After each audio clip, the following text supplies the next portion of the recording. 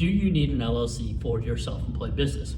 No matter what type of business you actually have, whether you're a small business owner or you have 1099 income that you're self-employed income, or you report that as self-employed income, an LLC can be a beneficial tool for you.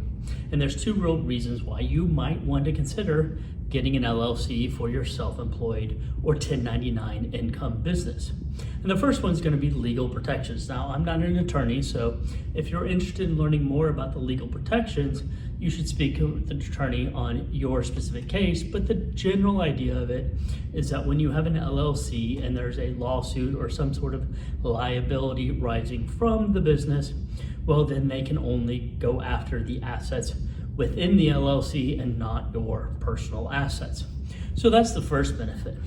The second benefit comes with taxes. Now, having an LLC just by itself for your self-employed or 1099 income business isn't going to actually change your taxes. You don't get any tax deductions or any other benefit by having an LLC as opposed to not having an LLC and just reporting that under your personal name. And so what's the difference? Well, the difference really is around options. Having an LLC actually gives you options when it comes to taxes. That's because when you're self-employed and you're filing your business under your own personal name, whether that's self-employed business or 1099 income, you are required to report that on Schedule C of your personal income tax. Now, when you have an LLC, you still default to that Schedule C. It doesn't change, but you do have the option where you can make an election to be taxed differently. There are actually 4 different tax forms that are used by businesses depending on the type of business you are. The LLC offers the flexibility that it can use any of those 4 tax types as long as you meet the requirements for that particular type. And one of the requirements will simply you can't be a sole proprietor if you have more than 2 people. You can't be a partnership if you only have 1 person, things like that. But then there's the S corporation, and that's really what we're talking about here when we come to options as a self-employed individual. You want to be looking at whether you want to be self-employed, filing that Schedule C, or if you want to be using that S corporation and save on self-employment taxes. And so that's the decision, and that's the option that having the LLC allows you to make. Now, in order to make that election, you have to have that LLC established.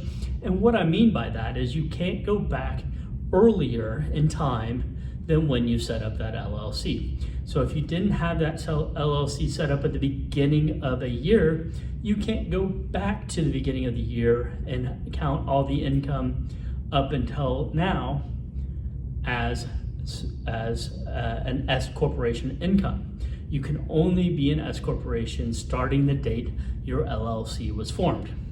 And typically you have 90 days from the beginning of the year, but we can always make that election late, and generally they allow for that. The only other requirements with the S corporation is it has to be owned by actual individuals, so partnerships and things like that can't really own or cannot own an S corporation. There's also a limit on the number of owners you have, but when you're just talking about yourself, an individual choosing between the self-employed and the S corporation, those requirements are really not a factor. You as one individual person can certainly qualify for that S corporation. And why do you want to do that? Well, as I mentioned, it's about saving on the self-employment tax. In tomorrow's video, I'm going to dive a little bit deeper into exactly what the S corporation does and the benefits from a tax perspective, and when and why you might want to make that change. So if you're interested in that, just go ahead and subscribe, and you'll get notified once that comes out tomorrow. Thanks for watching.